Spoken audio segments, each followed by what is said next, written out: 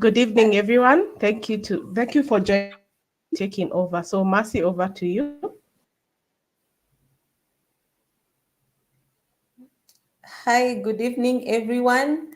Karibuni sana to our second episode of the Deep Dive series this year. And I hope that everyone is settling down. We are just about to begin. We are going to have a very engaging and interactive session today. So we're hoping that we can have as many of you as possible joining in so we can all get to learn, get to hear from our fellow alumni who I will introduce shortly. And we are excited to just get to learn about mental health today because it's one of the key topics that are affecting most people at the moment, like in this century. So it's a very engaging and interactive session. I'm looking forward to seeing everyone on the comment section. Let's discuss, post your questions there so we can have a great session. So just to break the ice, I will ask anyone who's logged in and you can hear us to just tell us how you're feeling this Monday. You know, it's a Monday, and we know how Mondays go. And sometimes they're just there. You're just from the weekend. You're having your hangovers, so you can send a red heart if you're feeling sad.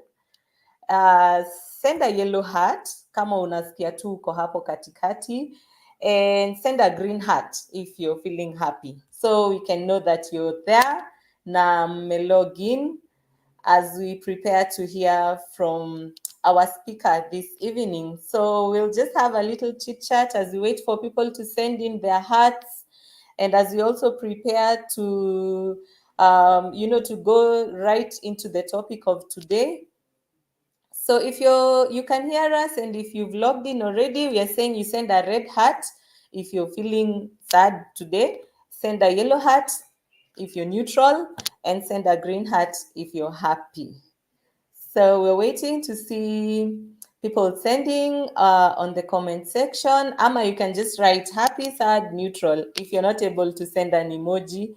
Ndio tujue vile tuko leo as we wait to dive into the topic.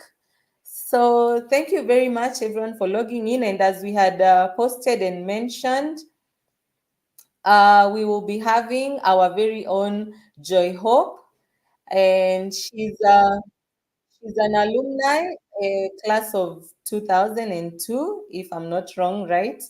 And she has accomplished a lot, and she will get to introduce herself, tell us what she has been able to do. But I know that she's an author, and she's also a beauty consultant. She's also a mental wellness consultant. Thank you so much for the hearts. I can now see them.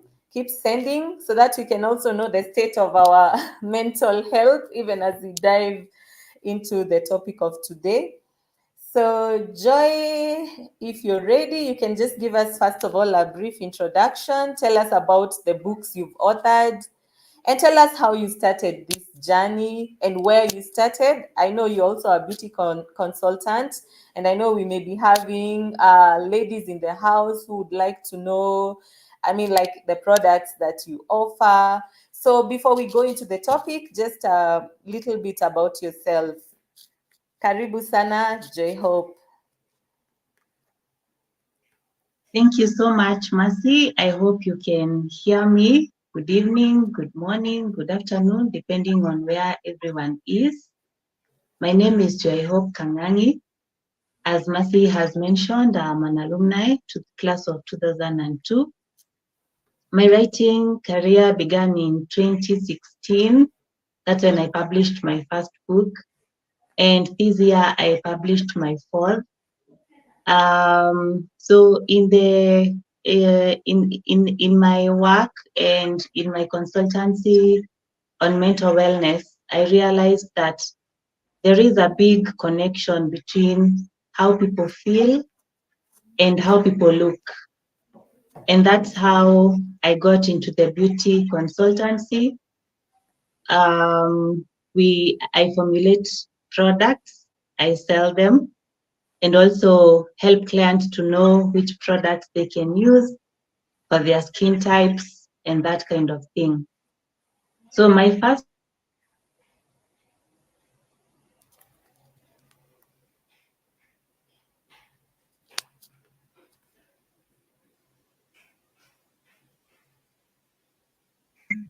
anything you can think about, forgiving nature, and so on. The second book is about relationships and marriages. It's titled Rivers in the Desert, that I published in 2022. And I'm happy that it has helped the young people understand the roles of married men and women in a marriage setup. The third one is Unshackled. It's about mental wellness, how someone can support someone else who is going through the mental disorders we'll talk about later, how you can take care of yourself even if you've not gone through depression or any mental disorder. And so it's a wholesome approach about mental wellness.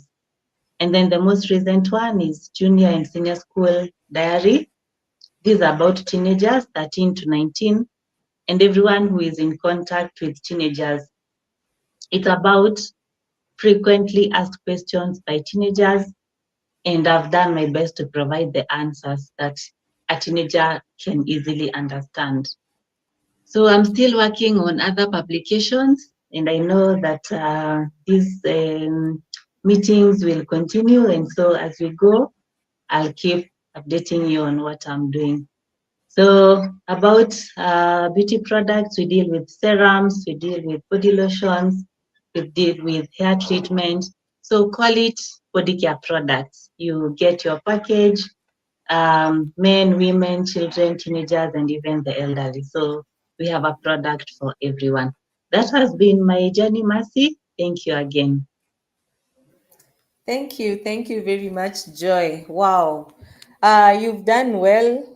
It's amazing. I'm looking forward to being your customer. It is at this point that you should have started to market and tell us what it is called, how much. But anyway, if anyone is interested, of course, we also have our market days on the WhatsApp group, where, of course, you can tell people more about the beauty products. And I see that in your books, you've covered a lot. You have covered marriage, you've covered mental wellness, you've covered teenagers. So maybe briefly about yourself and your personal life. So do you have teenagers? Are you married? Do you have children? And, for you to be able to, I know it's because out of experience. Yes, tell us a little more before we Yeah. start. Yes, I see 11 people logged in, so while we wait. Yeah, okay. Yes, I'm married to one man. We have been blessed with two children.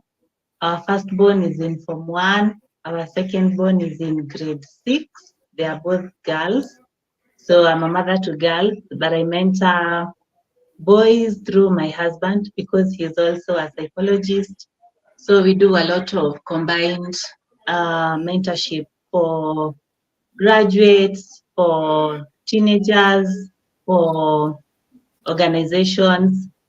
So yes, it is a lot of experience because parenting teenagers in the modern age is about understanding them, understanding the issues that they are dealing with, and above all, creating time for them.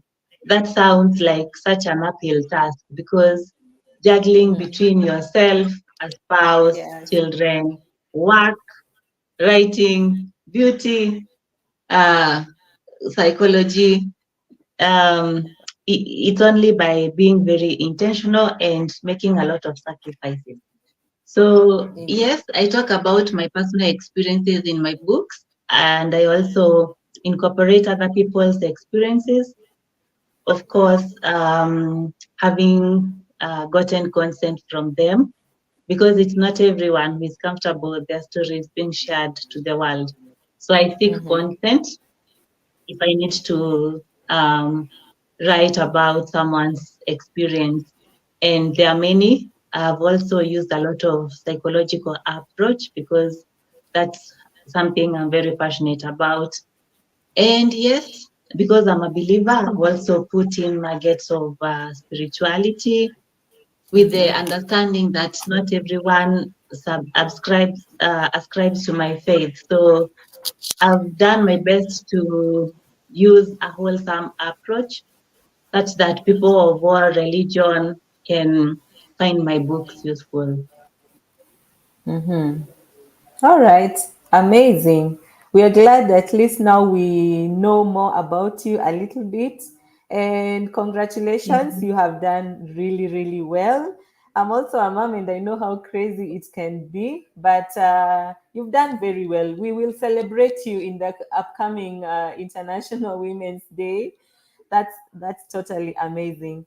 So Asante Sana, we want to just go right into the discussion of today. We know that you have your presentation ready. So I will give you this space in the interest of time so you can take us through slowly. And I'm still waiting to see the yellow hats and the red hats and the green hats in the house. Tulisema mtume, if you're feeling sad, red hat. If you're feeling neutral, yellow. And if you're feeling happy, you send a green hat. So Joy, the floor is yours. You can begin. Karibu. Okay. Thank you so much, and greetings to everyone who has joined us this evening. Thank you for making the time. We appreciate it because we know we are living in a busy world, and as we do so, being intentional about our mental wellness is something that we give a priority nowadays.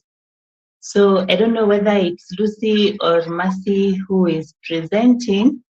You can kindly move to the next slide because I've already introduced myself, and I hope everyone in the presentation was had joined when we were doing so.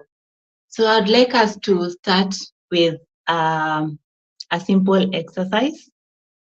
In counseling, we have relaxation techniques, which we use in counseling rooms and even outside, and especially when we want our clients to feel they're in a safe space and to come to the here and now moment. By here and now moment, I'm talking about we've all had different activities we were doing before we got into the session. So just to bring your mind into this, I would like you to assume a comfortable position, whether sitting or lying down. If you can close your eyes. If not, it's still okay. And then I want you to take a very deep breath, like the deepest it can go.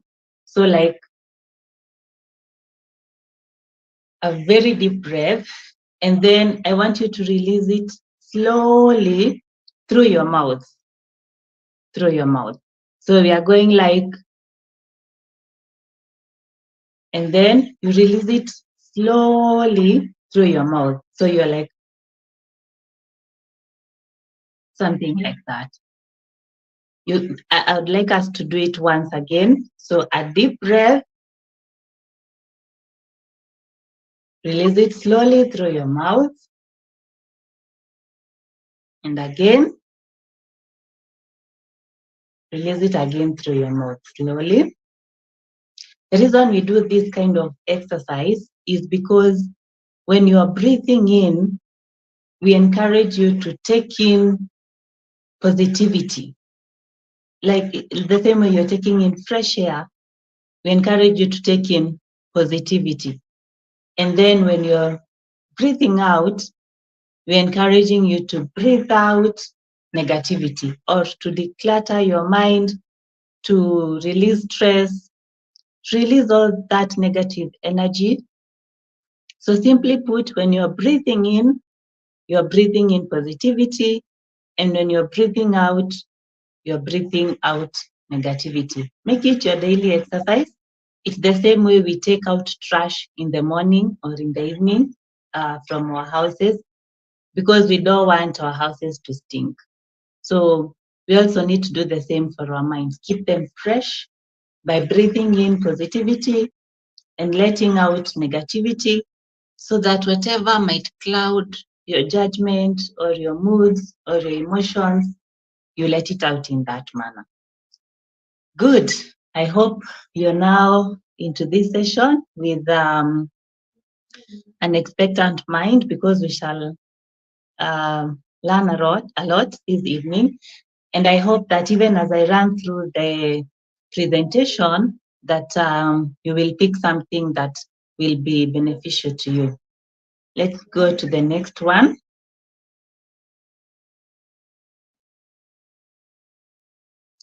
So when we talk about mental wellness, mental health, and mental disorders, what are we talking about? When we talk about mental health, we are looking at the emotional, psychological, and social well-being of a person. And mind you, person, you're talking about children, teenagers, adults, and even the elderly. Nowadays, it's very inclusive. It's not as we used to say that, young children do not have emotions and that kind of thing. Research shows that children have emotions. They process emotions almost the same way we do. And so nowadays we need to be very careful on how we even treat our children. So mental wellness, it's about the overall mental well-being of a person.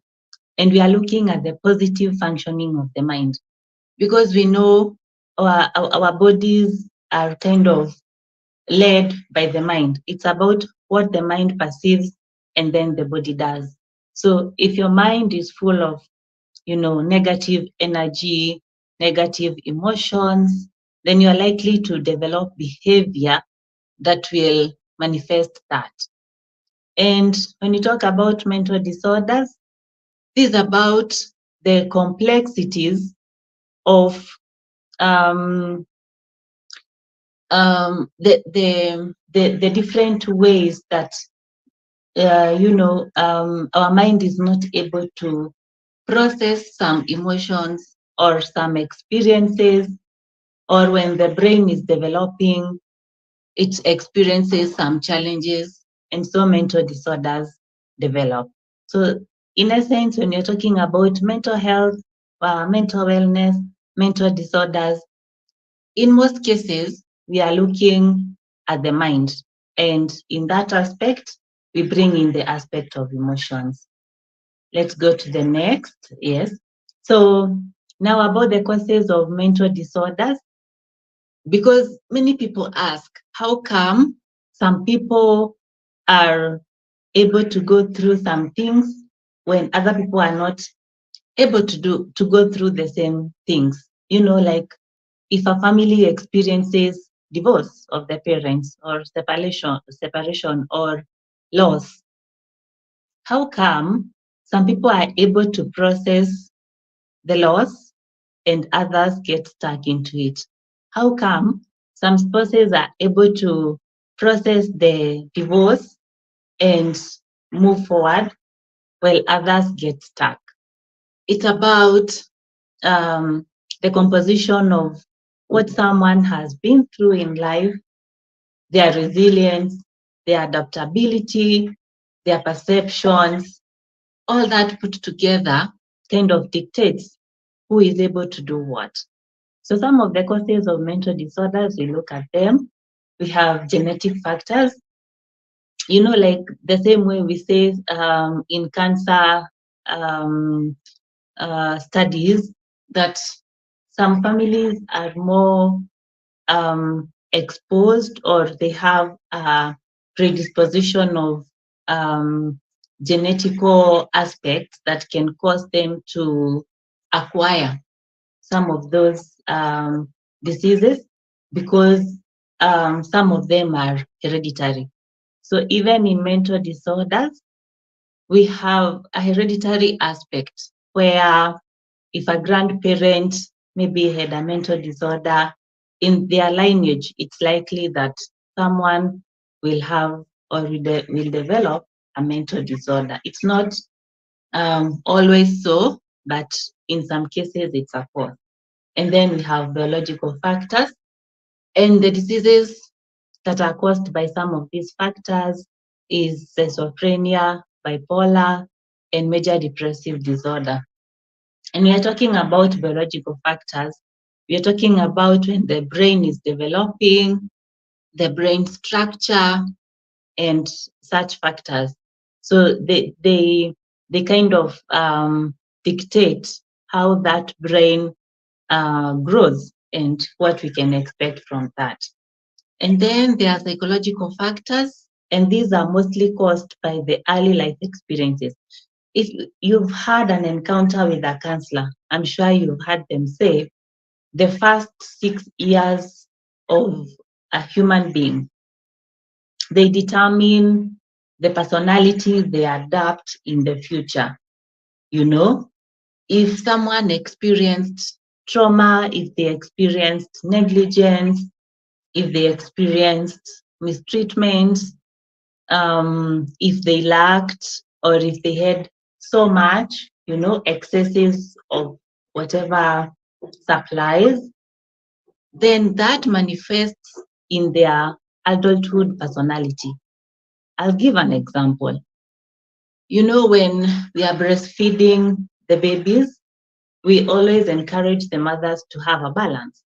It's not every time that the baby cries, you want to breastfeed them.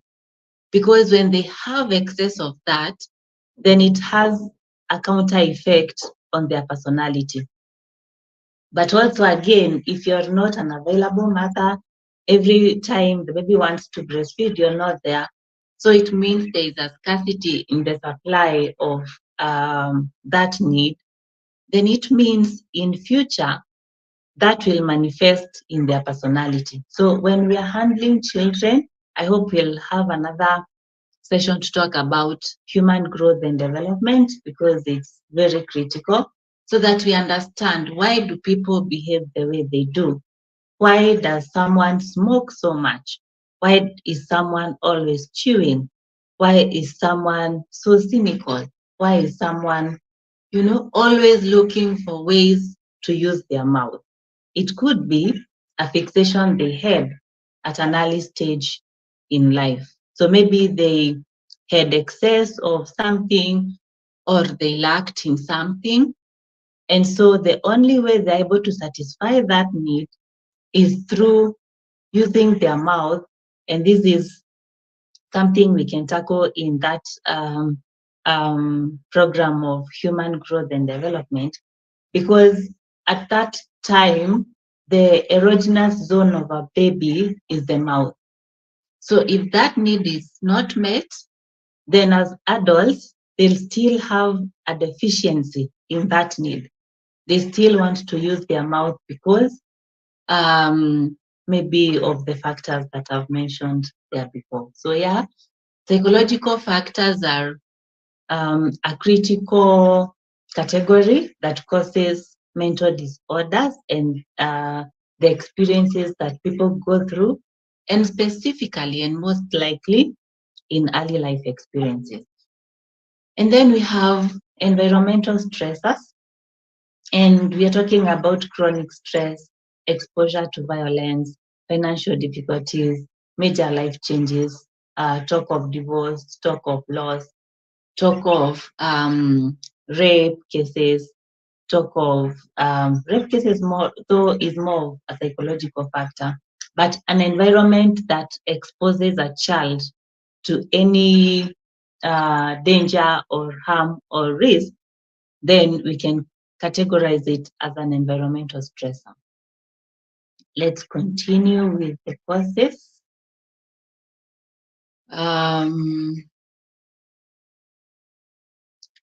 I hope you're getting somewhere and you're kind of processing all this.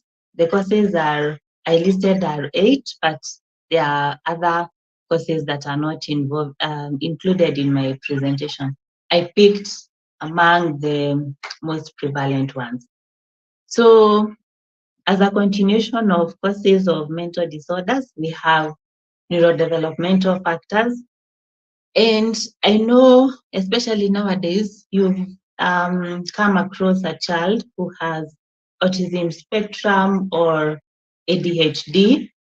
And this is as a result of when the brain was developing, either there was an imbalance in the neurotransmitters or something happened during the brain development, a complication or a brain functionality that didn't, develop completely, or it was interrupted. And so this becomes a cause of a mental disorder, and in this case, autism and ADHD.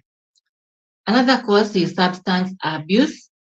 And in this case, we do not say that some substances can cause and others cannot. Any kind of substance can. And we are talking about alcohol, we are talking about addictions, we are talking about all the kind of drugs that they can cause a mental disorder in this manner.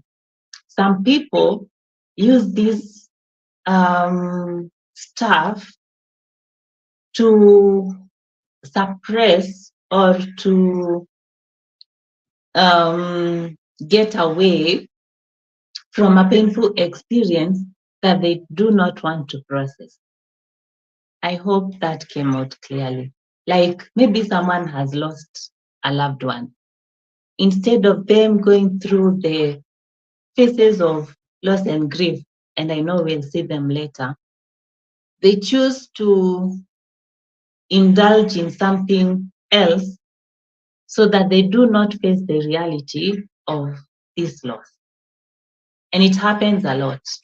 It happens with teenagers, with adults, with the elderly, sometimes with the children, but not so much. And they start it as a coping mechanism. Sadly, in some cases, it ends up being an addiction, or even worse, a cause to a mental disorder.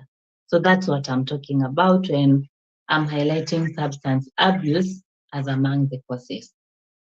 Then we have medical conditions. And we are talking about terminal illnesses that causes chronic pain.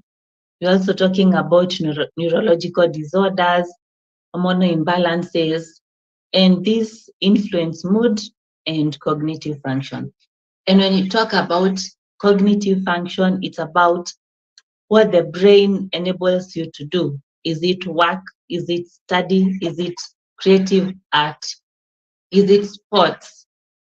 Whatever your mind is able to perceive and you're able to action it, then when you're dealing with a medical condition, it may interrupt that. And in some cases, due to frustrations, you can't do this, you can't do that, then it becomes a cause to mental disorders. And the last one is personality factors. Again, some personality types come with their different weaknesses, and all personality types actually come with their weaknesses. So if someone is not aware enough on how to, improve on their weaknesses, take advantage of their strengths, then it may be difficult for them not to be, not to be, how can you put it? It makes them have be vulnerable. Yeah, it makes them to be vulnerable to some of these mental disorders. And at that point, I would like us to take a break, a small break, and just pause and ask ourselves, if you were to take a photo of your mind, how we take photos of our hair, our nails, our cars, our houses, people we love, the movies that we are watching, the books that we are reading, our skin. You know, if someone is glowing, they want to show that up. I've seen that with my clients. If they've used a product and it's working for them, they'll want to send proof by taking a photo, send it to me, and I'm happy that the products are working and we celebrate. So in the same way, if now as a mentor consultant, I asked you, my client, would you kindly take a photo of your mind and send it to me? Mercie, I don't know if we are able to get a reaction on this. Would someone please just tell us, maybe in a few words, how they think their photo would look like?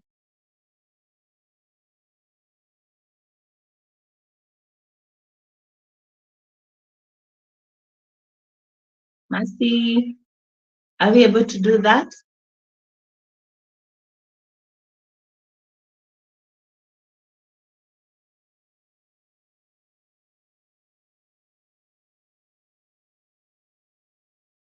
Hello?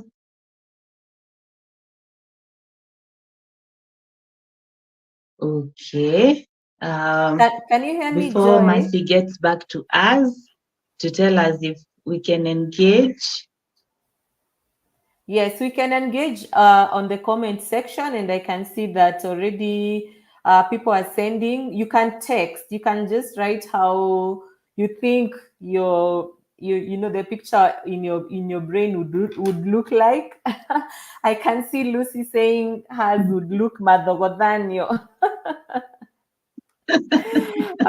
Probably Ouch. because of the many things in her head.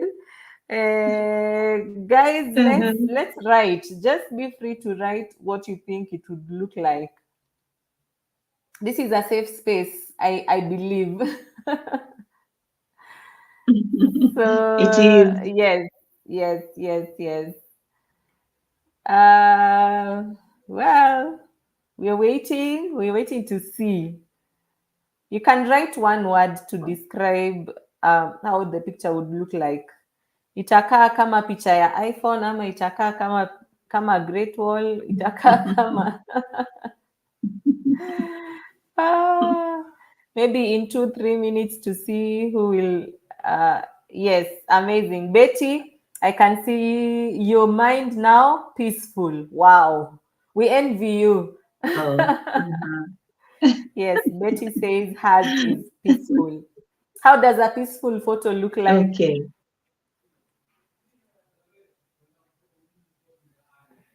So That we've would asked be a people to beautiful type. picture, I believe. Yes. I can see on your presentation there's a picture of a beautiful flower that is blossoming. Yeah.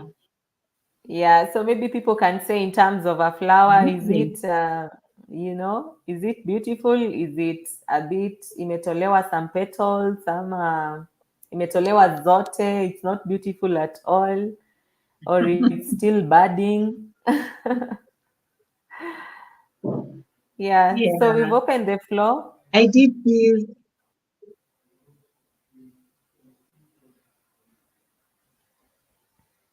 Yeah, Betty says a peaceful photo Okay. basking at the beach. Amazing. Happy to hear that. And, Yes. you know, when you think about it, for you to have a peaceful mind or a peaceful brain, if you can put it that way, or that beautiful picture of your mind or brain, depending on how you perceive the two, then it means you've put in a lot of work. Peaceful photo basking at the beach.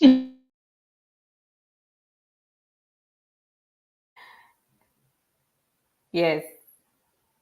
That's Betty representing for mental well people.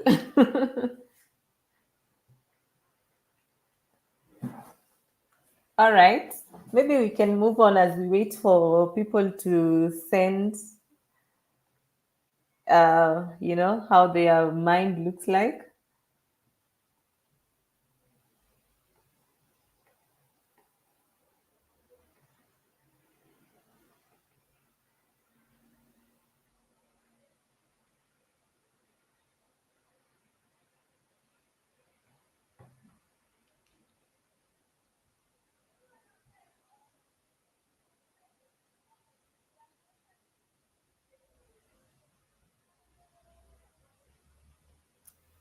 Hi, Joy.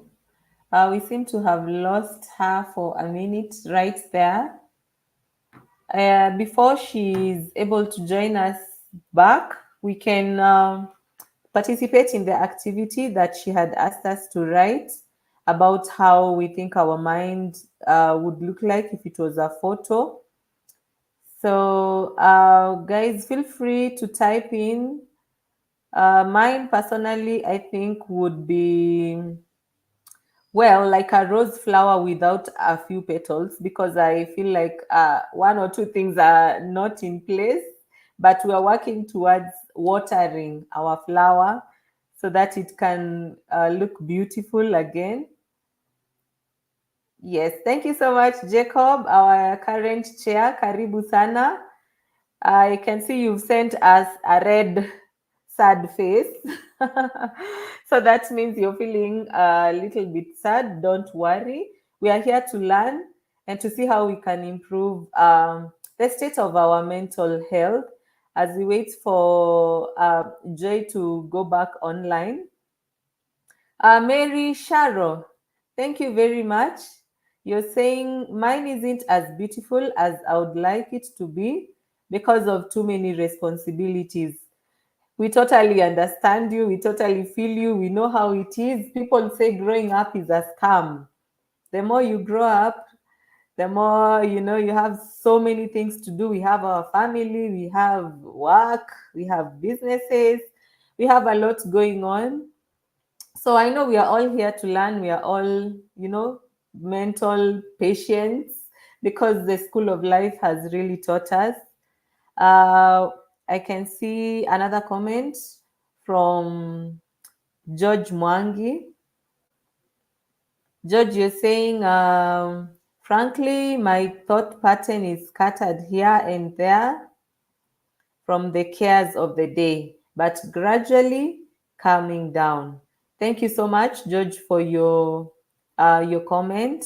And we are glad that you're taking on a positive approach towards it, because you're, you know, dedicated to seeing that you will gradually calm down in the very end. And that is the reason we are here to learn and see how we can be able to, you know, bring back our sanity from all the cares and all the responsibilities and many other things that we are facing, so that we can see how we can be able to strike a balance in all that chaos and in all that we're doing. So keep sending, even as we wait for Joy to come back.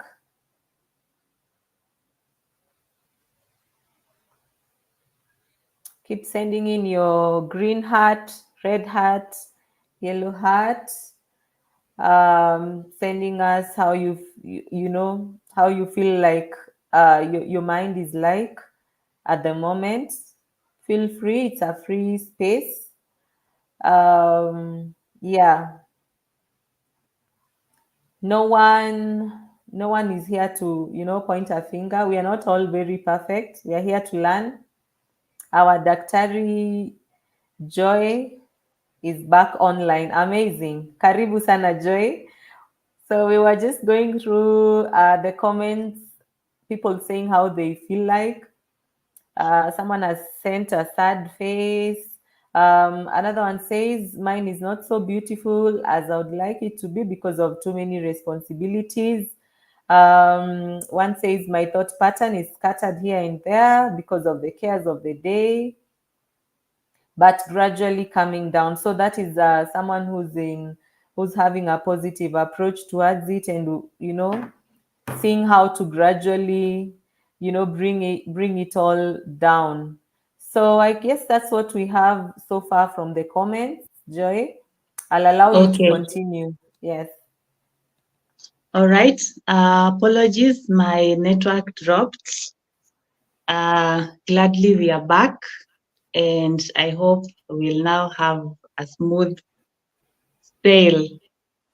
So thank you everyone for responding, and even for being patient.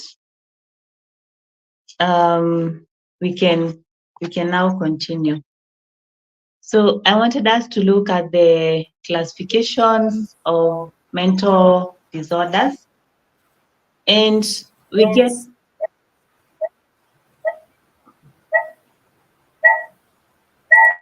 sorry about that.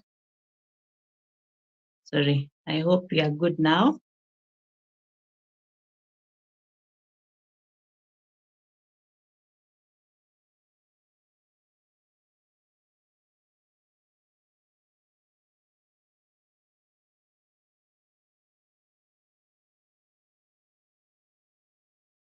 Hear me?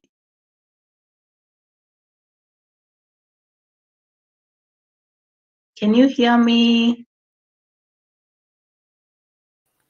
Yes, Joy, we can hear you now. Mercie, am I audible? Yes, we can hear you. Okay, thank you. Let's proceed. So I wanted us to look at the classifications of mental disorders because questions arise around this aspect. People asking, how do you differentiate, say, bipolar from borderline personality? How do you differentiate OCD from any other, disorder? How do you differentiate autism from ADHD? So as psychologists, we are guided by the Diagnostic and Statistical Manual of Mental Disorders, and we are using the 5th edition. And then there is also the International Classification of Diseases, and the edition being used is the 10th edition. So let's look at the broad classifications of mental disorders. Should be in the next slide. So I know we have mood disorders, and these ones are very common. Under mood disorders, we have depression, we have bipolar. I'll just run through them, and then maybe because the presentation will be shared with you, when you have a minute, you can look specifically into whichever category that you feel you'd like to know more about. So, and mood disorders, now based on the DCM-5 and the 10th edition of the international classification, then we shall just look at what has been listed, but it's not exhaustive, because research is still ongoing on where to place some disorders, and then other disorders keep arising.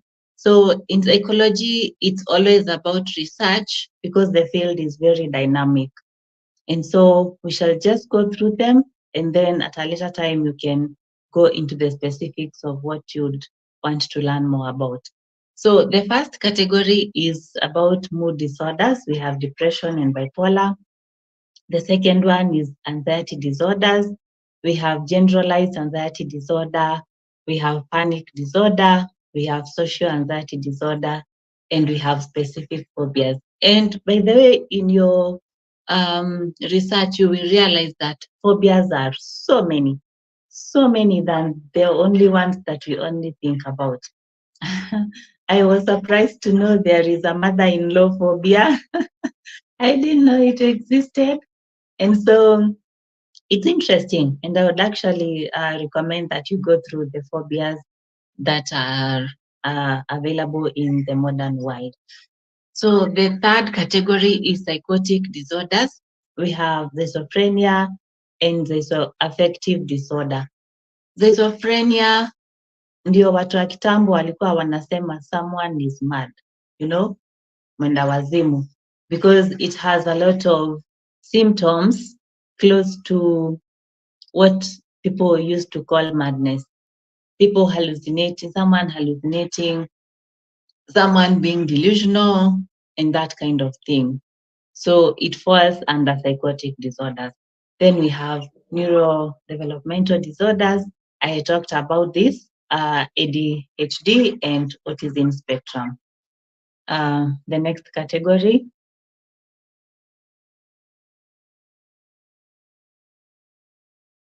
Yeah, we have personality disorders. This is what I was talking about, borderline personality disorder. We have narcissistic personality disorder.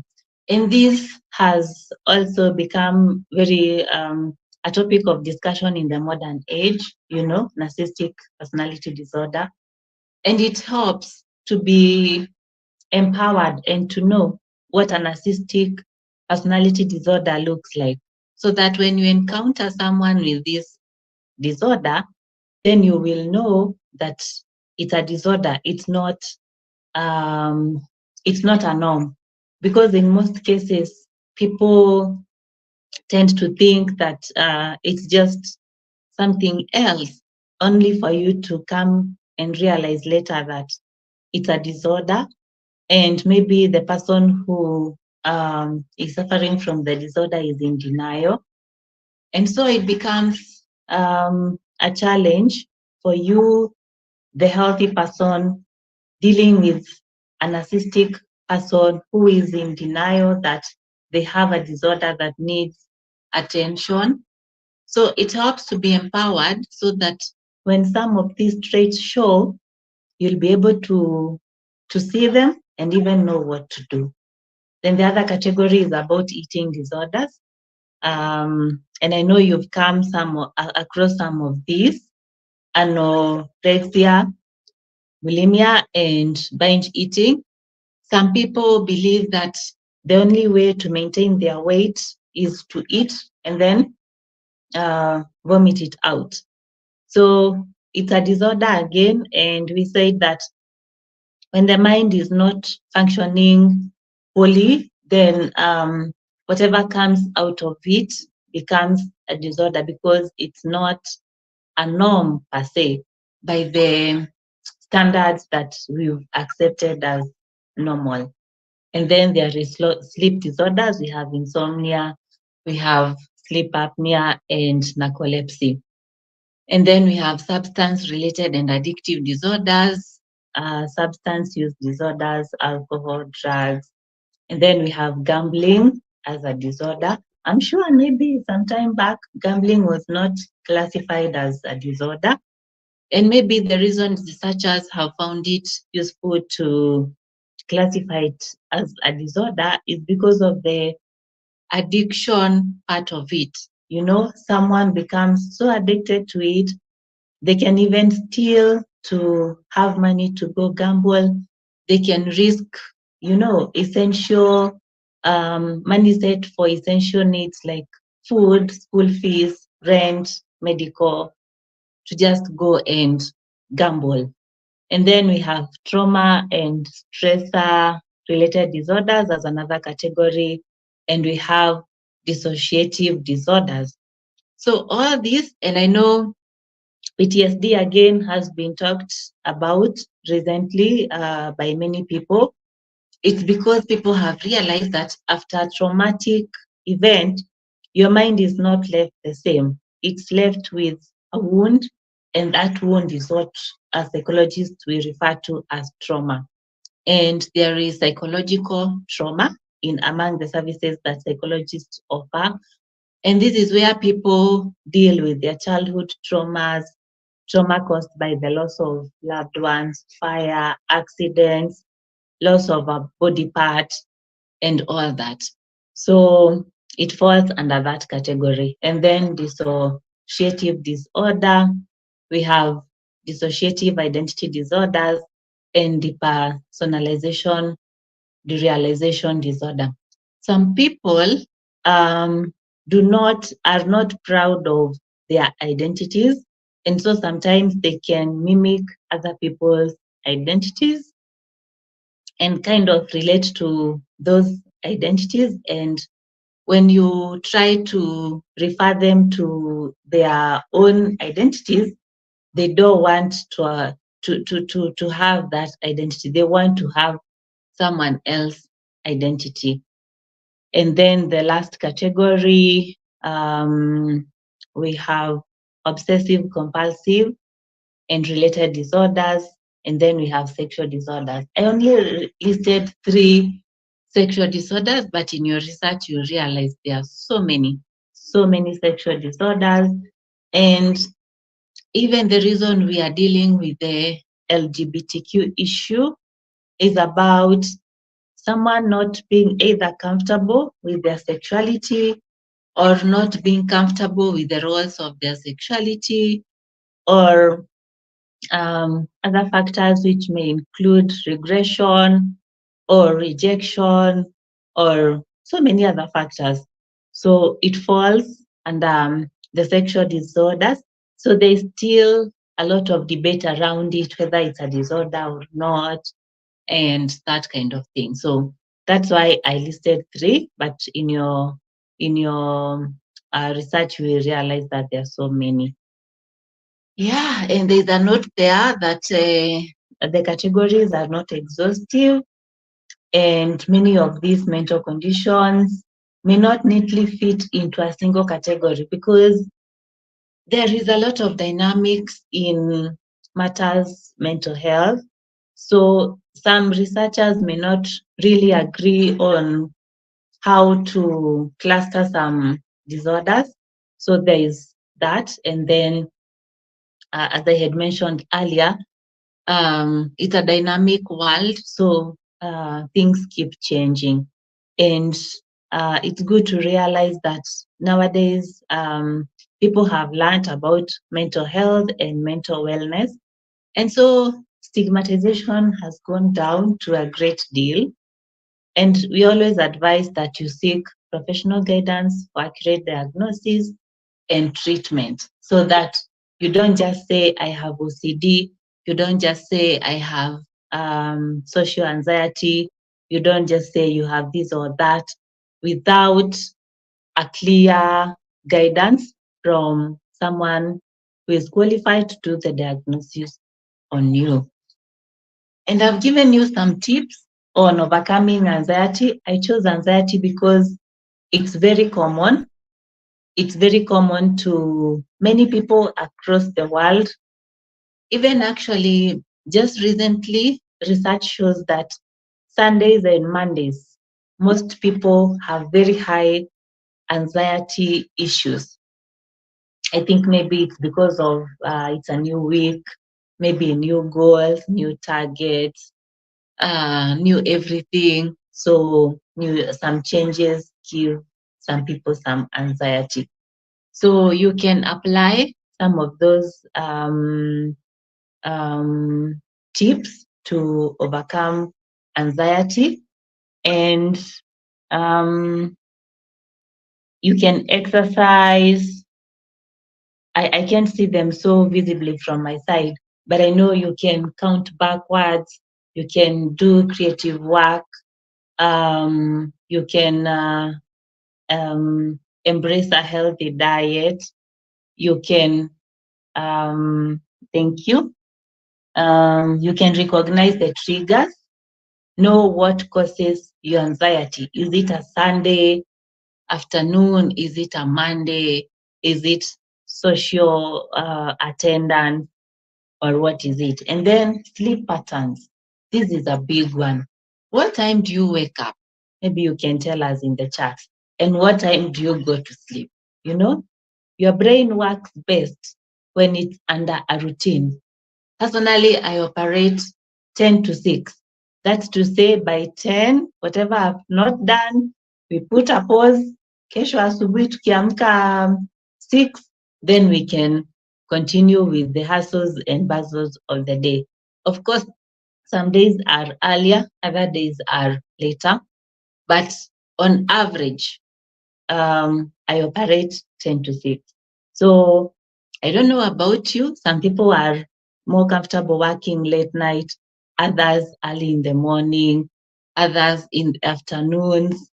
So I don't know what works for you, but sleep patterns are very important because they can help you develop a routine such that your mind, when it's almost bedtime, it starts to slow down and prepares you for sleep.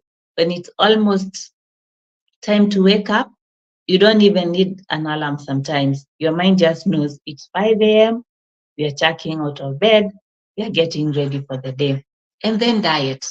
Ensure that whatever you intake, first of all, it's nutritious to your body, and that your body will not have so much trouble in taking it. You know, take something that is friendly to your body.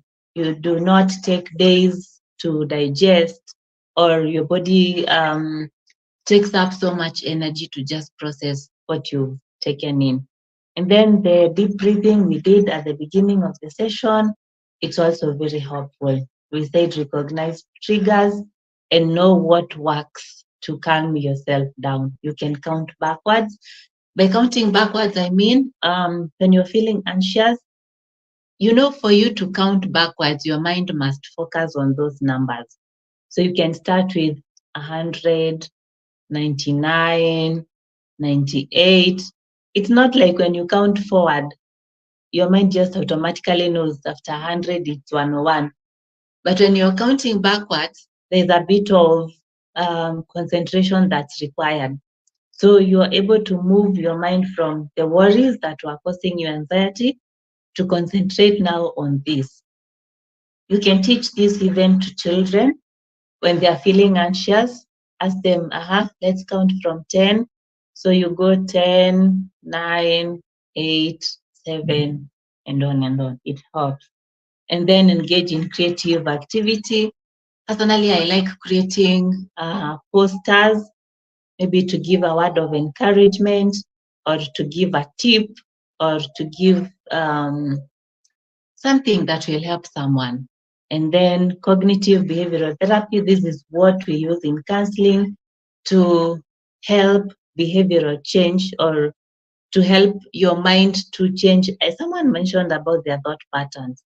So cognitive is about those patterns. If they were always going into the negative, we help you to recognize them, to stop them, and to replace them. It's something that goes on for some time, but it works. You find people are able to be in control of their emotions. I needed to dwell a bit on that because I know most people struggle with anxiety issues. Let's move on.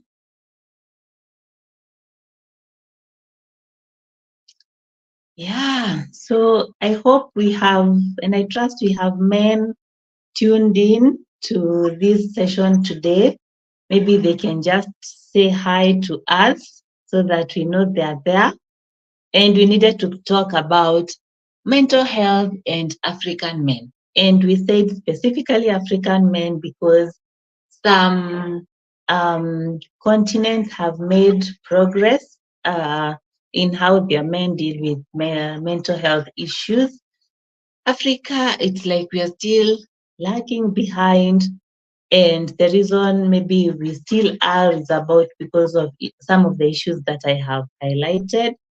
But we hope that our men can understand that they can redefine masculinity to include emotional vulnerability, and this will significantly contribute to better mental well-being. Because there before, men were told that a man does not cry, a man does not show weakness, a man does not express himself, a man does not blah, blah, blah. But we now are living in different times where they need to be more expressive. They need to express about their expectations, where they are wronged, instead of just acting out and doing things that they end up regretting. They can have safe avenues where they express their feelings. Stigma in culture has been a big inhibitor on how African men have dealt with issues mental health.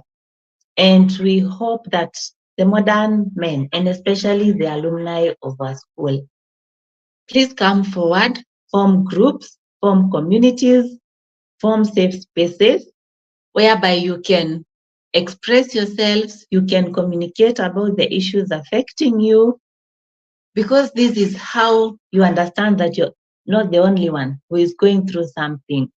You know, other people are going through the same, or they can even share tips of how they have overcome, and they can also help you understand that it's something that's there. It's not specific.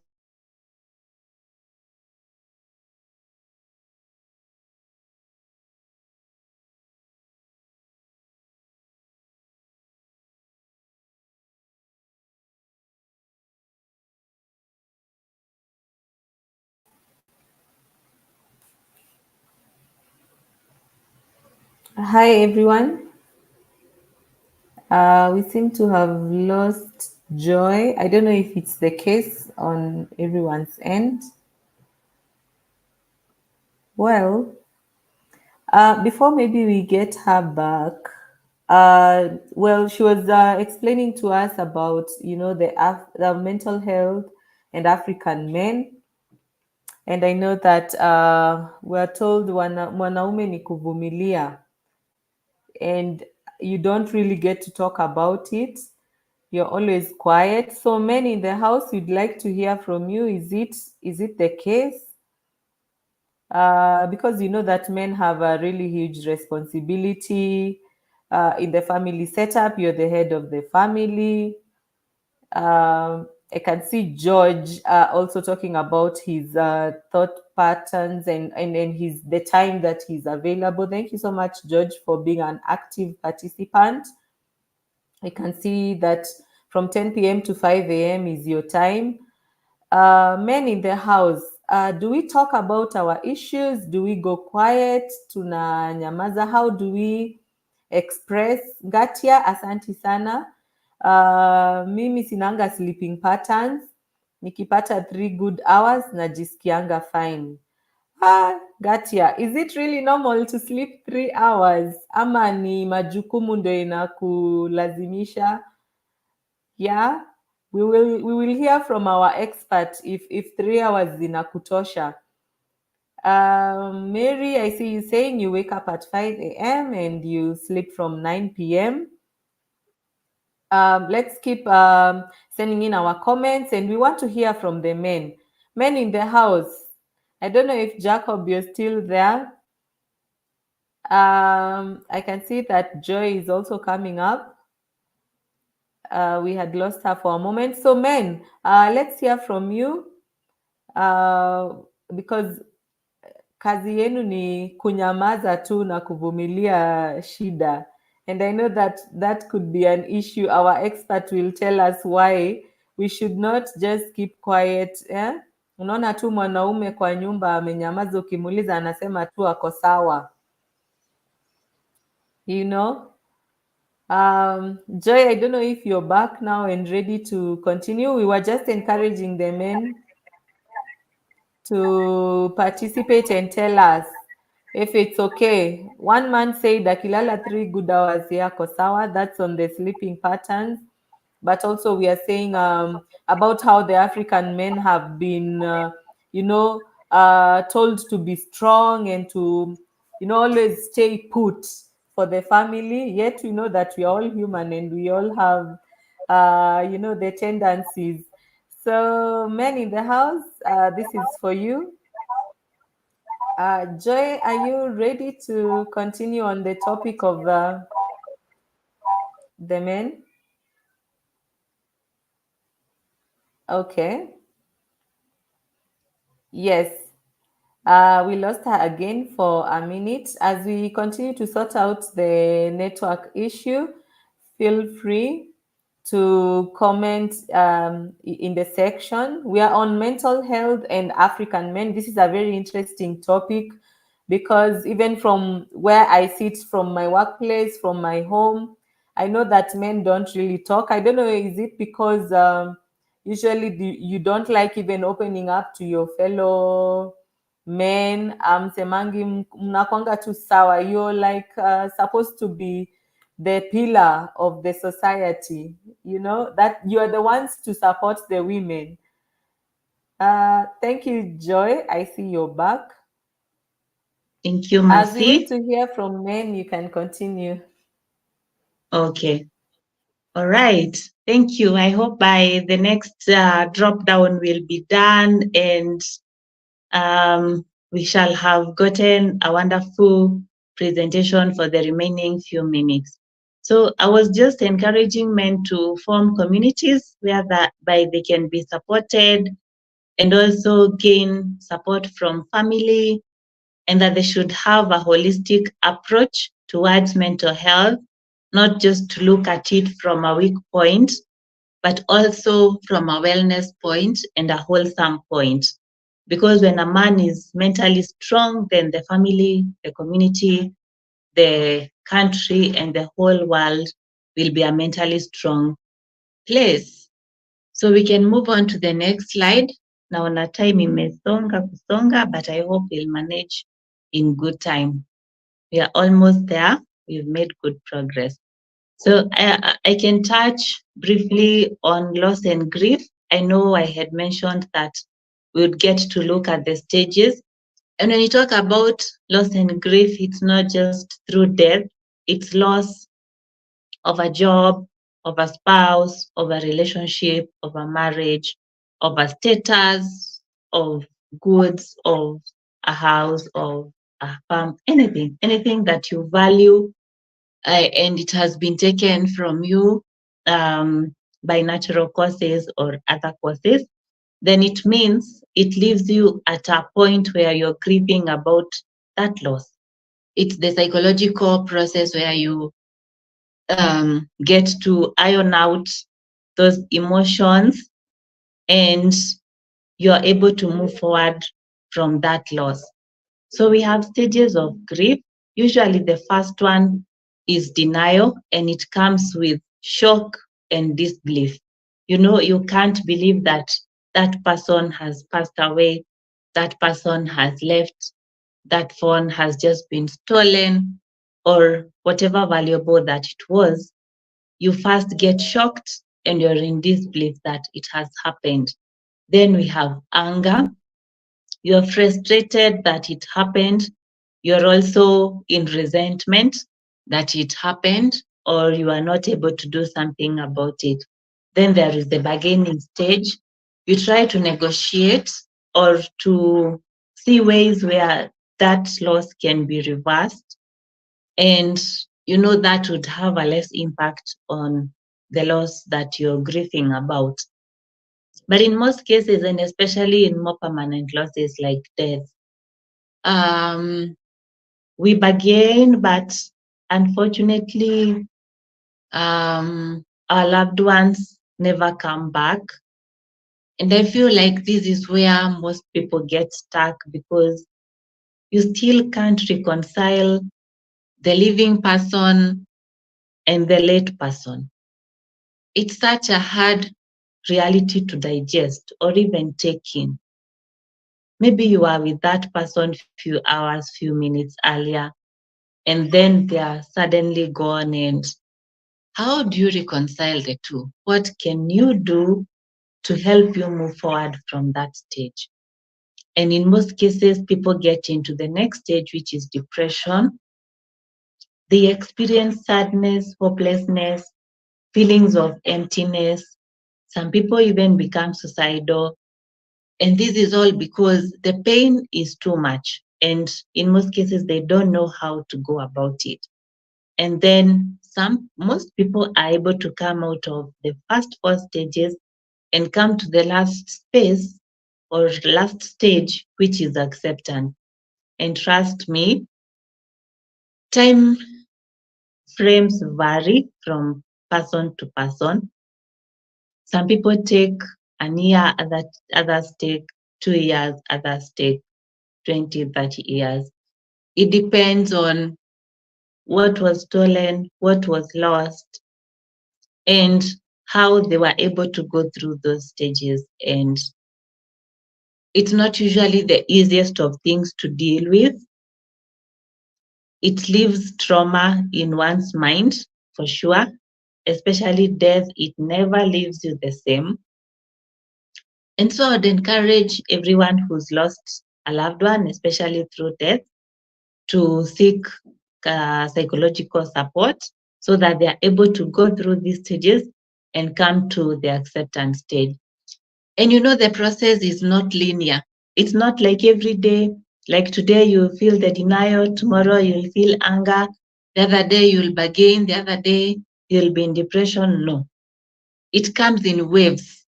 This minute you're in denial, the other minute you're feeling depressed, the other minute you're in acceptance. It's just a wave. And we can support one another to go through loss, and especially when we lose our loved ones. And again, as I've said, there is no timeline for grief because it varies from person to person. And it's always advisable that when we go through that, we seek support. And then the other issue I'd like to touch on is the postpartum depression. This happens to moms who have recently given birth, and it's a clinical depression. It doesn't affect all moms after giving birth. It affects some. It varies in severity. Someone can have mild, another one can have a severe postpartum depression. So it depends on what the degree of it from one person to the other. And even men go through paternal depression, you know, because sometimes the circumstances surrounding the birth are not the easiest. So even men go through it, and it's always good to have a support group, either from family or friends or other people who have gone through the same, and then you can get support from them. Let's proceed.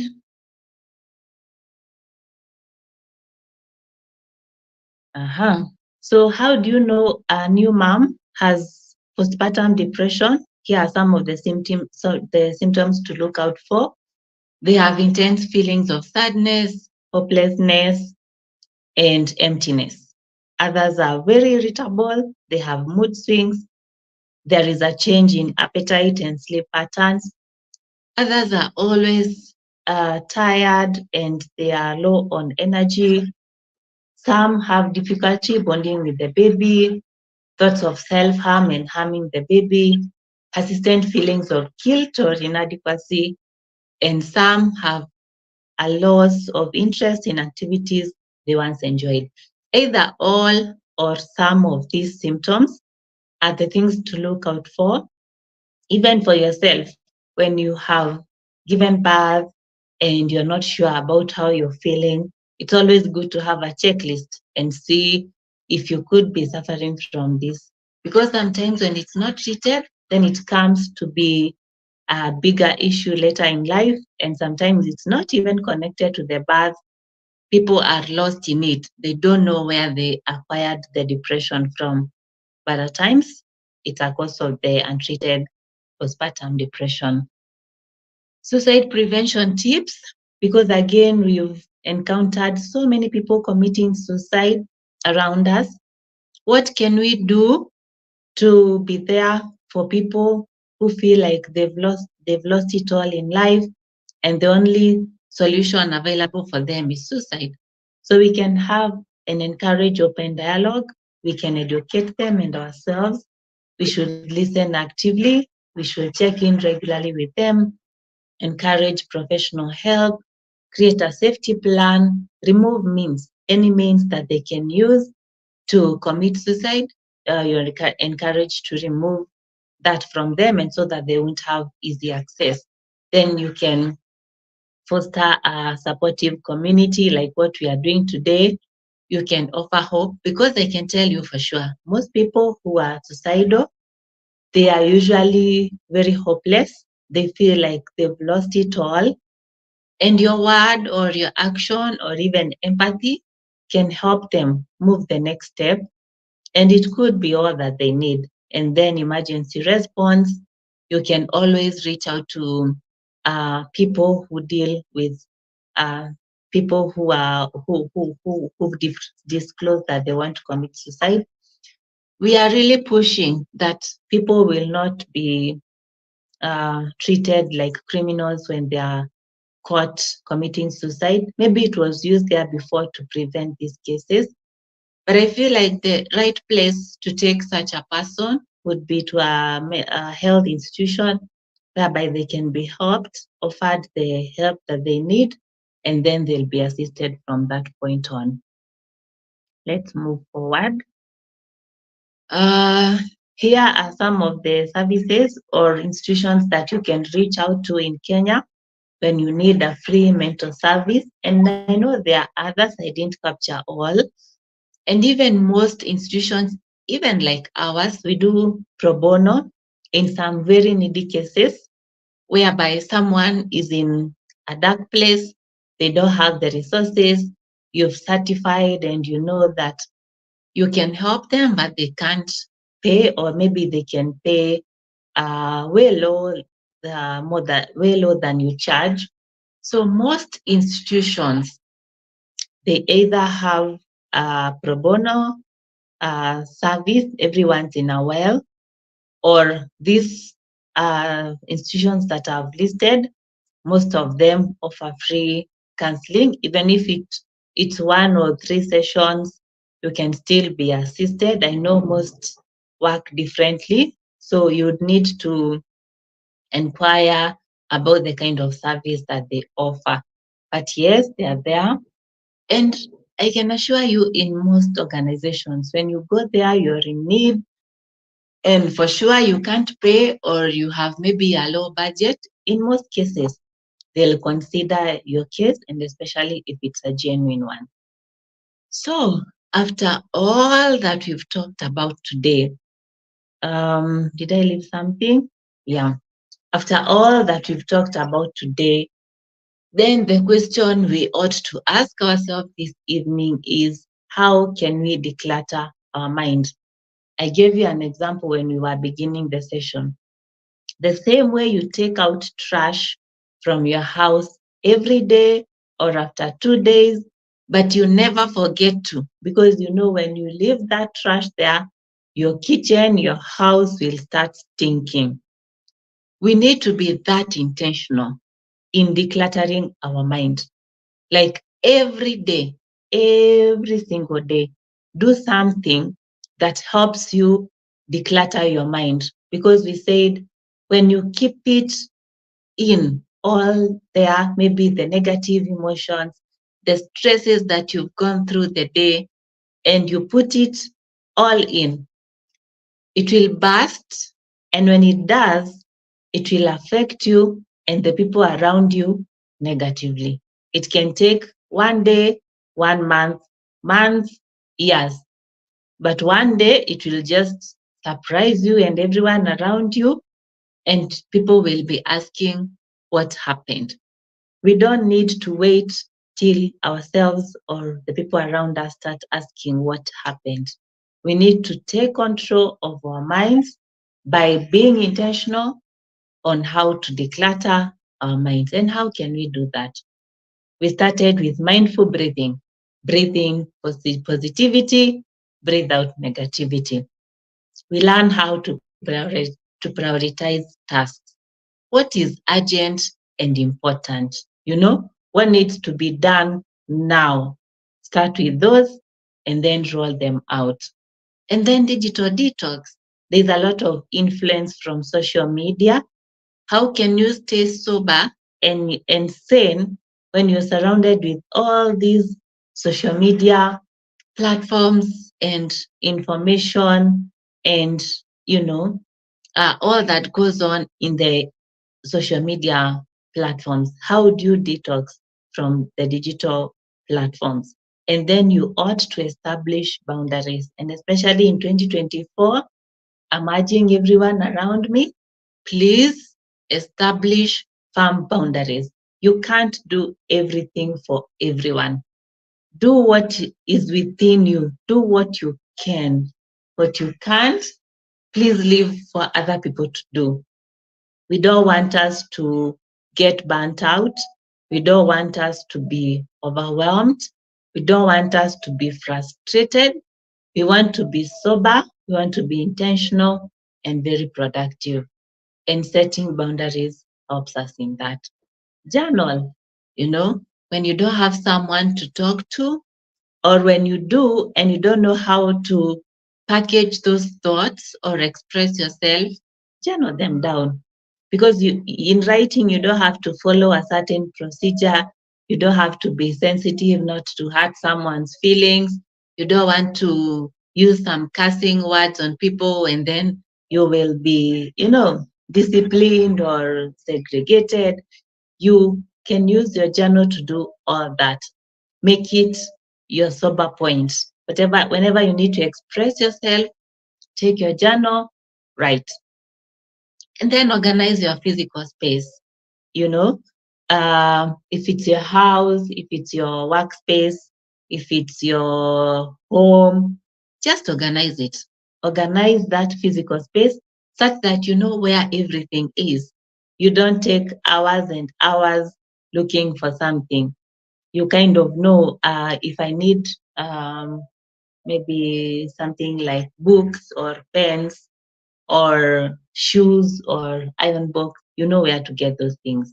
And not just you. People you live with know where things are. And then practice gratitude. And this is huge. Before you go to sleep, at least think of 2 things that you're grateful for that day. That will give you a very good sleep. Even if you had a tough day, at least think of just 2 things that you're grateful for that day. And then, as we said about mindful eating, be very mindful of what you put in your mouth, because we always say what you eat, you become.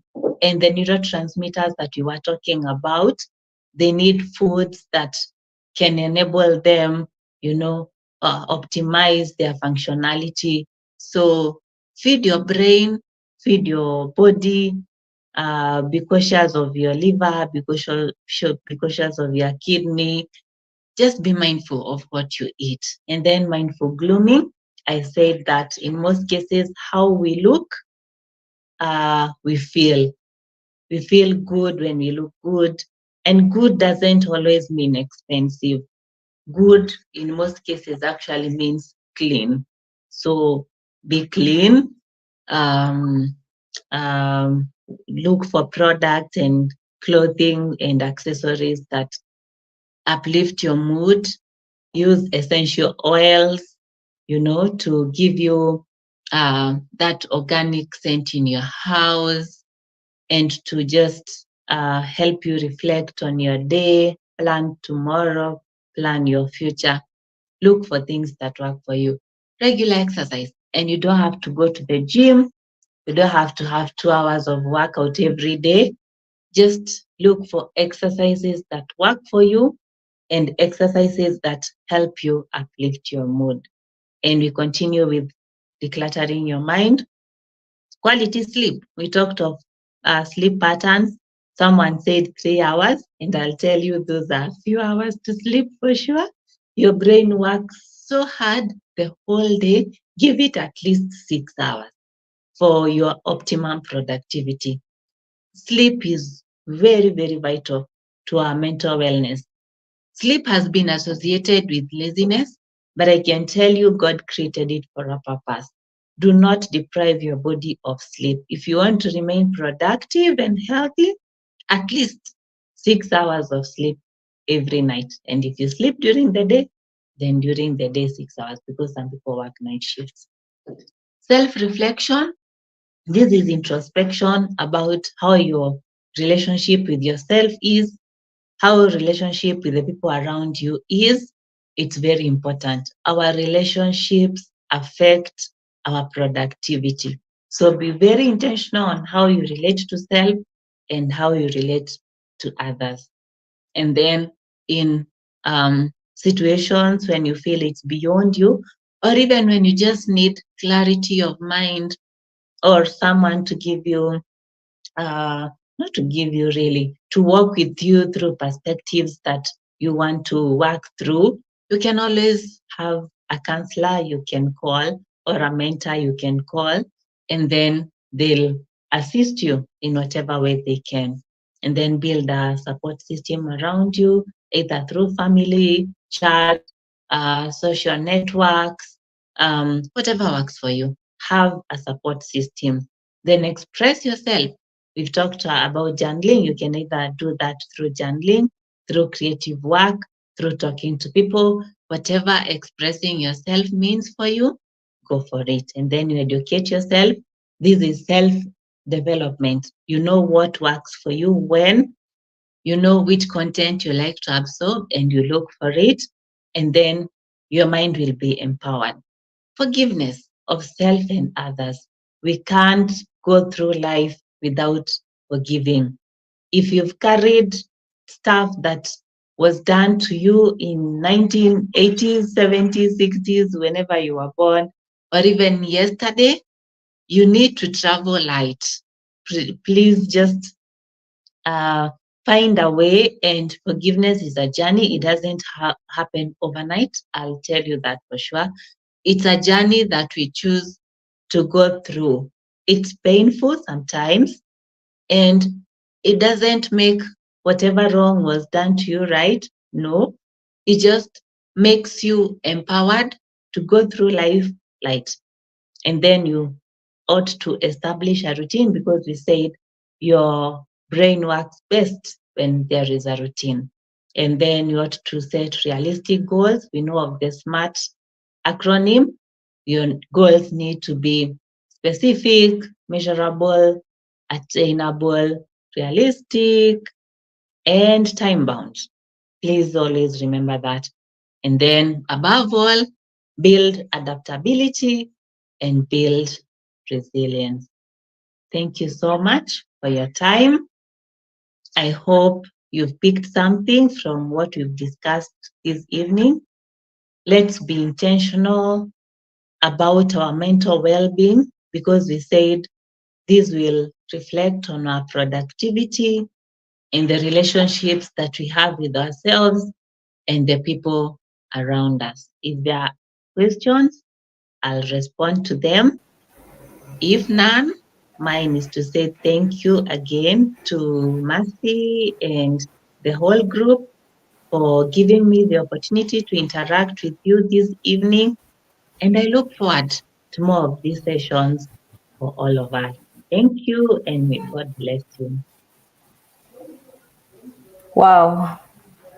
Thank you so much, Joy. We truly appreciate your insights and your presentation. And I must admit that it is very, very informative.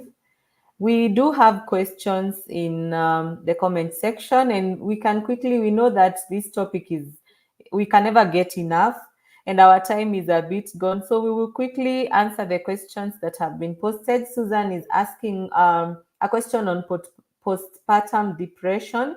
So she's asking, what is the cause and does it go away?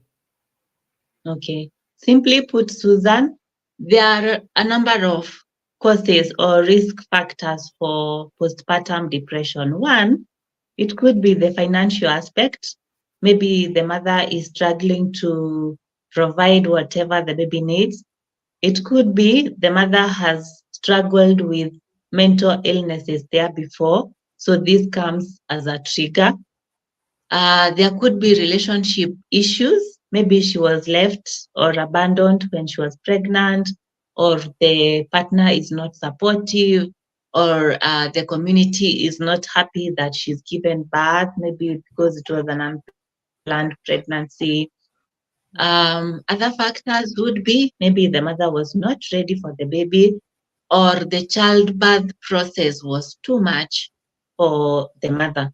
All these are causes for postpartum depression.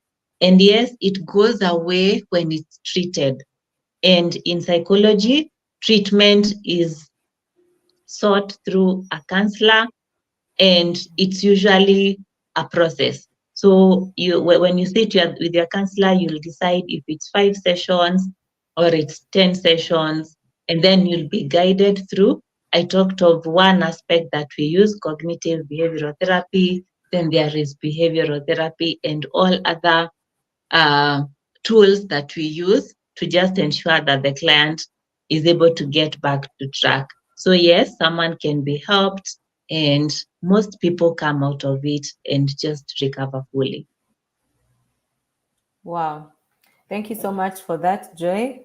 And I see that Susan is also asking how long on average does the PND last? And I know that you've said, well, I think this depends on how soon you get treatment. Maybe you can answer that quickly. Yeah, it depends on how fast you get treatment and also your experience for you, maybe what caused it, especially the causes. So your therapist will deal with the cause and then they'll help you overcome it.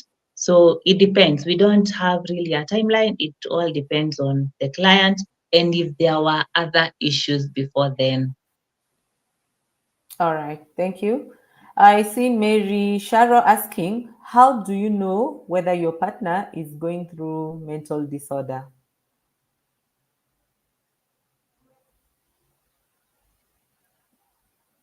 We seem to have lost Joy for a minute once again. So I see the questions are coming in. So we'll wait for Joy to answer, but maybe we can just discuss from what she has presented on knowing whether your partner is going through mental disorder. And I know that she had previously talked about the symptoms that will make you know that someone is going through mental disorder. And oh, you're back. Thank you.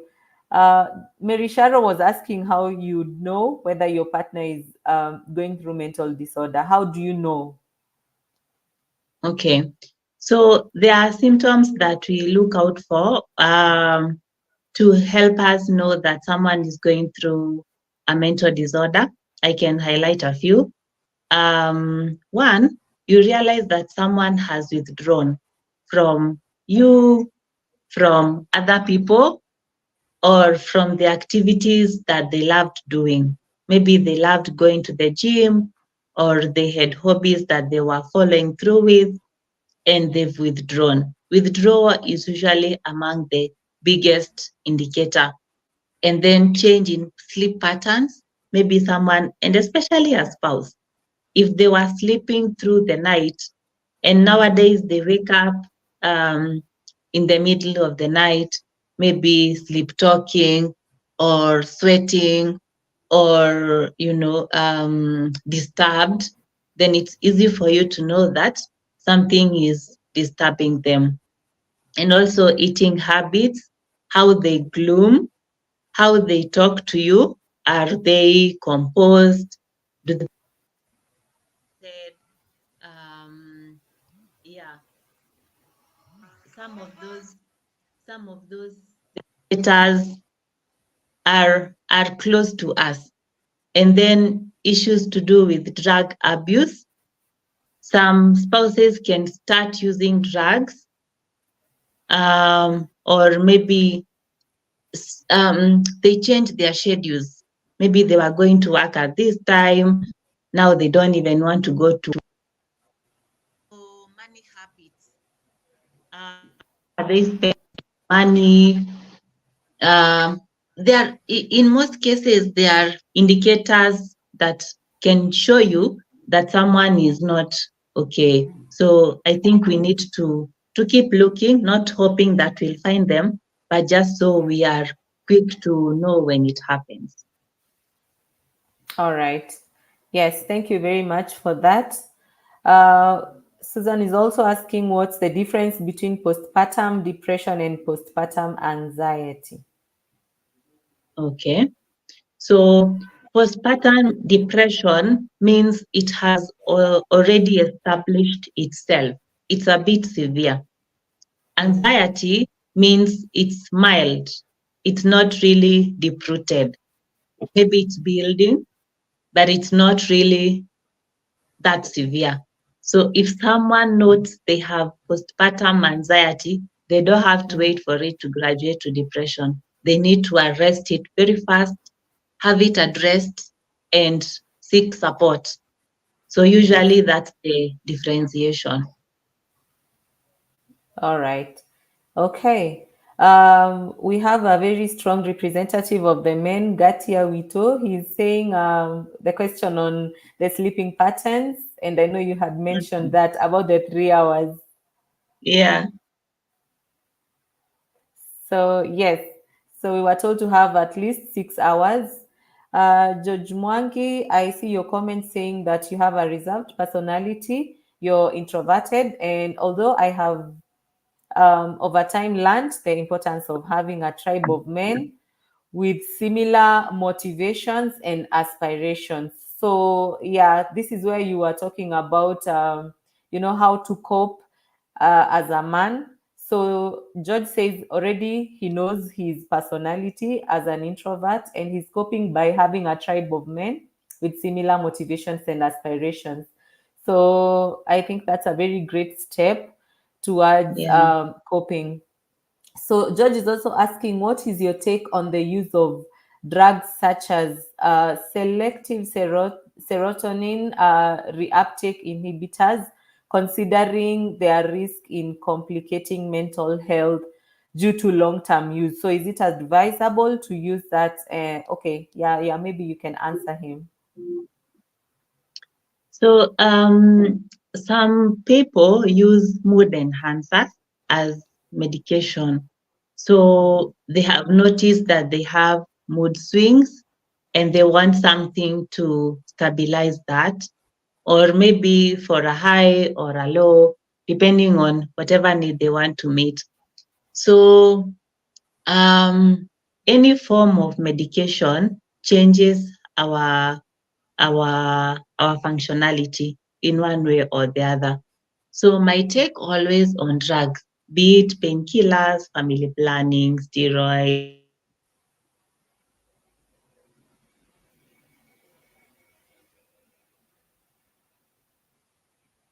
Yeah, we've lost Joy also. But I think what she was saying is that, the drugs Opinion, eventually do. so Okay, that welcome back. they know, okay, sorry, so that they know what the medication does to their body. And if it's not a must for it to be used, then they really don't have to use it. So my take about the question that has been asked is that let them get a physician, because as psychologists, we do not administer any medication unless we are working hand in hand with a psychiatrist or a physician. Ours is purely psychological.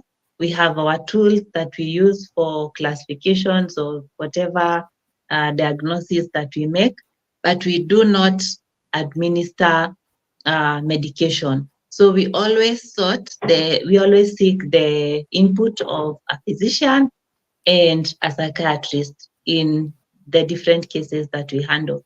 So it's always good for them to seek counsel so that they know what the medication is doing to their bodies. All right, thank you so much. Gatia, I see your comment also saying about the African men, and you're saying that what men go through is like a religious indoctrination. It is very hard to convince someone otherwise. So I think what he's talking about is about how the African men handle it. And I'm seeing him also saying that defense or coping mechanisms in men develop very early because of the society that we have been brought up in, and that vulnerability is not in their vocabulary. So I know you had mentioned about, the safe practices. Maybe quickly you can answer him on how to handle it.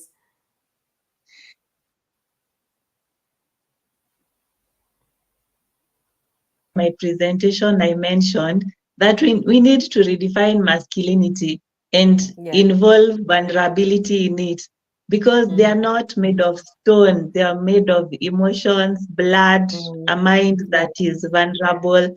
So no matter how they look at it, maybe they feel like when they do some of these things, they're showing weakness, but we can tell them from where we sit as women, we are ready to embrace them and even support where we can, and they don't have to feel like they have to soldier on even when they are so broken.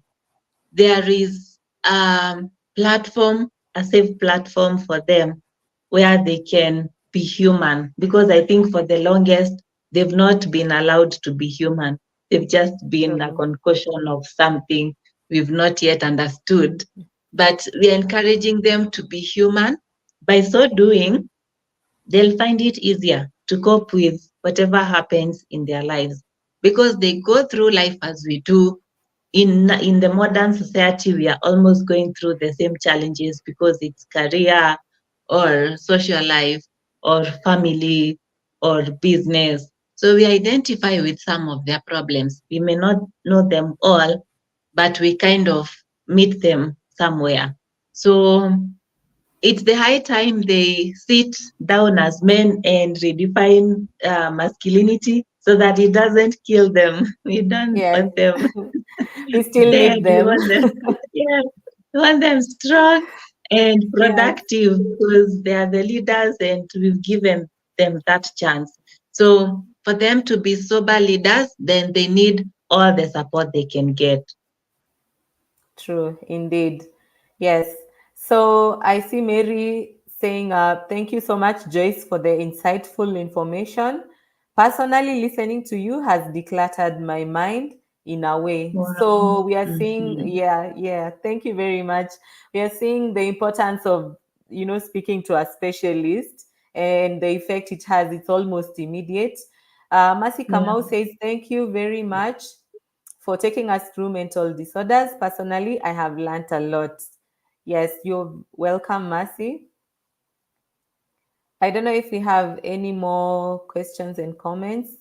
From Gatia, you're saying thank you, JoyHope, for your time, and at NBPS Alumni Association. Keep up the good work of bringing us such webinars. Asante sana, Gatia, for the feedback. Jacob says thank you, Joy. George, thank you so much for the insightful discussion. Kindly organize many more forums such as this one. Asante sana. I don't know if we have any more. Yes, from Susan, she's saying very insightful. Asante sana. Also gratitude to Joy. And yes, so I think that's all we have for now. So what we can just encourage each one of you, even as we wind up, is to tell us what was your biggest takeout from this session. What have you learned? What will you start practicing from now henceforth? And would love to hear. Okay, we may send out a feedback form to get to hear your insights, or you can type in very quickly right now so we can see your biggest takeout. For me, well, what I've my takeout is that we are all vulnerable, and we maybe actually be experiencing some of these things without knowing that we are going through them. So we should normalize speaking to someone and going and seeking a specialist. So if we don't have any comments, I will invite Keshi, who has been at the backstage, taking the lead and ensuring that we have had a smooth session. Karibu sana Keshi, salimia watu. Habari zenu. Thank you so much for tuning in. Now it's 9:15, and I believe we didn't want to rush this session. It's very important that we prioritize mental health, and this will be a norm. So every month we'll have a session on mental health, and give me a thumbs up if you want Joy to come back, because I've learned so much. I've taken notes, and sorry, I appreciate your time. I appreciate your knowledge. I appreciate everything you've shared with us, Joy, and we hope that you'll come back. And we'll give you the presentation on our class, on your through your class representatives on the pages, as well as on our WhatsApp groups. So feel free to reach out to Joy on a professional level if you need to seek counseling. She also mentioned the books she's authored, so let's support her work, and we'll get the link to how you can buy her books. But I'll not take the spotlight from her. We'll just get to hear her parting shots, and then we can close this session. Asanteni sana. Enjoy your evening. Joy, back to you.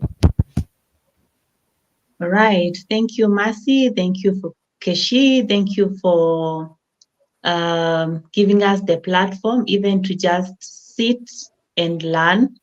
Thank you to the whole Alumni Association. Keep up the good work, even for bringing us together and ensuring that we stay put. We look forward to engaging more and more. I know there is an upcoming event on the 23rd of March at the school for our annual alumni visit. I'll purpose to be there and to donate some of my books, and especially for the junior and senior school diary book for the library. I'm very passionate about libraries, books, the young people, and all of us, everything that we are doing to ensure that they stay motivated and mentored. Kudos, and let's not get tired. Let's keep going. So from me to you, it's a thank you. Know that we are behind you. We'll support in our small and big ways, and keep going, keep representing. And since we can't pay you really, may the good Lord keep you, pay you, and make everything beautiful in your lives and in our lives. Asante. Amen Wow. to that. Yeah. Thank you so much. Also, thank you so much to Mercie. You've been an amazing facilitator, and we look forward to more sessions on this. We appreciate you, Joy, so much for even sharing your time, taking time to just share your insights and educate us. So, yes, we'll share this presentation and let's engage, let's normalize speaking about our mental health. If you need help, feel free to reach out. You know our officials, so if you have any issue that you'd like to discuss in confidence, we are here for you. So thank you so much, Joy. Thank you so much, Mercie. And good evening to you all. Have a lovely night to those in Kenya. Good day to those in diaspora, wherever you are. We love you all. Bye. Bye bye. Bye.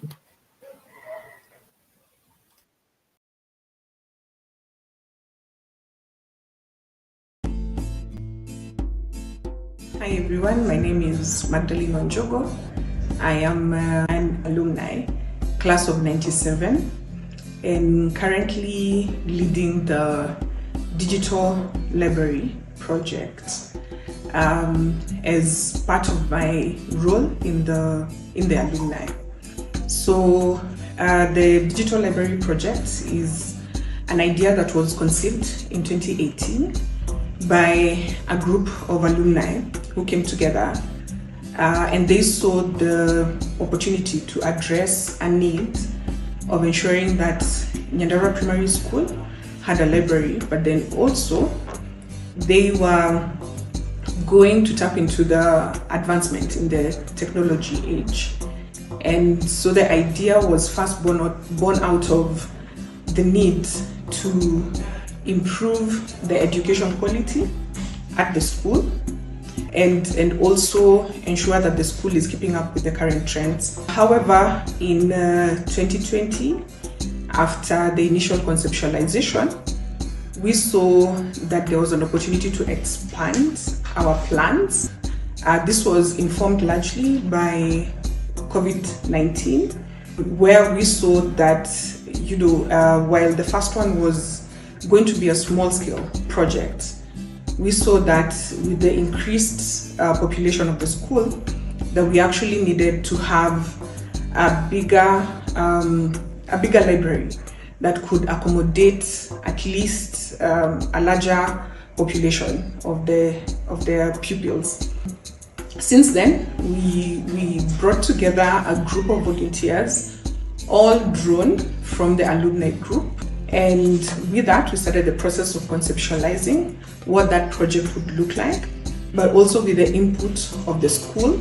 We've gotten a lot of support from the alumni, in conceptualizing this project, and a lot of volunteers coming on board to help us with designing the digital library. We are about to embark on a very exciting journey in 2023, where our goal is to start the construction of the digital library by the second half of the year. Getting to achieve this goal is going to take a lot of work and a lot of support from stakeholders, from the alumni, and from supporters of Nyandarua Boarding Primary School. The library, as conceptualized, is going to have 3 floors. It's going to ensure that it has a dedicated computer lab that is going to accommodate digital books, a place where the children can learn, can acquire digital skills such as coding, robotics, and all that. We envision the library being of benefit to the larger community of Nyahururu as well. We are looking at a facility that is also going to empower teachers, is going to empower people in the education sector, not only in NBPS, but in the larger community as well. We are quite excited that we get to draw in and collaborate with the tens of thousands of alumni who've gone through the school, who acknowledge that the school was the first point of interaction of molding them into who they are today. So we want to call upon everyone to join us in this journey, whereby we are looking to change Nyahururu as the town where we grew up, as the town that shaped us, but then also our school that has had a great impact in our lives and who we are today. And so we just want to call upon everyone to support us and to be with us in this journey. Thank you.